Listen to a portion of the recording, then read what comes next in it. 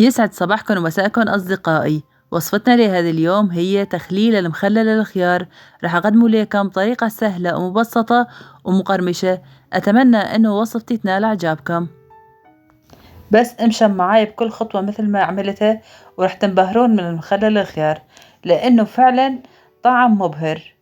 استعملت بهاي الوصفة الخيار المشوك، هذا الخيار خاص للمخلل.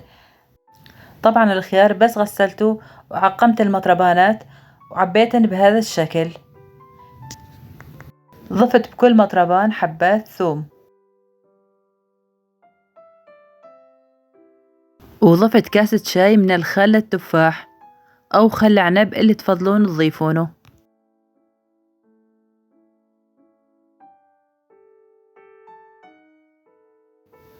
وضفت ملعقة صغيرة من الملح الليمون، طبعا هذا الملح الليمون مخصص للمخلل.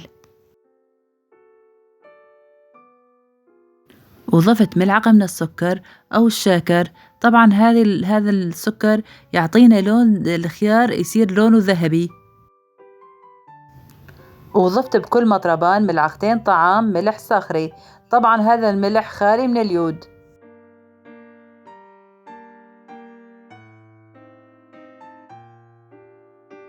وضفت ملعقة صغيرة من الكزبرة، إذا كان متوفر الكزبرة حاب نضيفه، وإذا كان مو متوفر نضيف مطحونة.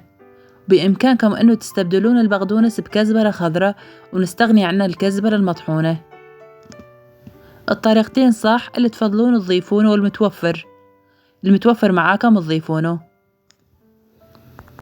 طبعا ضفنا أوراق البقدونس لأن البقدونس مادة حافظة وما راح يصير فيه تعفن أبدا.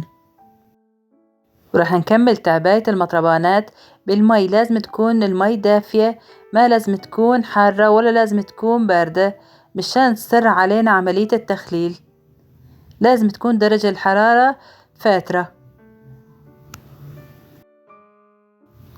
وجبنا كيس شفاف وغطينا المطربانات مشان ما تتفاعل المية مع الغطاء. بهذا الشكل نحكم إغلاقها.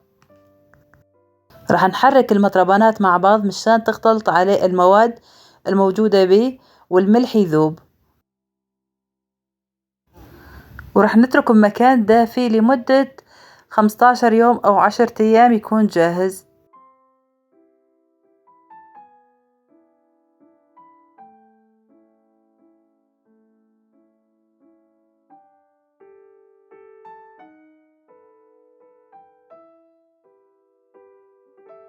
مثل ما شايفين هذا شكل المخلل بعد 15 يوم.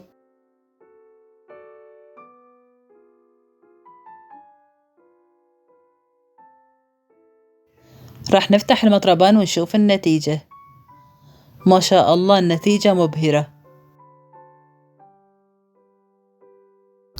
طبعا النتيجة مثل ما توقعته، مثل ما شايفين المي صافية والمخلل لونه أصفر. أتمنى أنه تجربون هاي الطريقة وتنطوني رأيكم بالوصفة.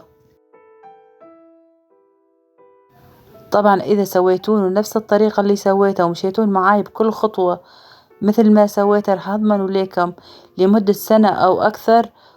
ومثل ما شايفين هذا شكل المي صافية وما بها أي شوائب.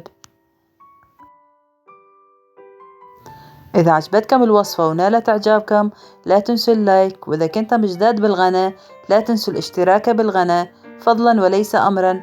كانت معاكم الوصفات الخاصة مع مطبخ عائشة، وشكرا لحسن المتابعة وصحتين وألف عافية.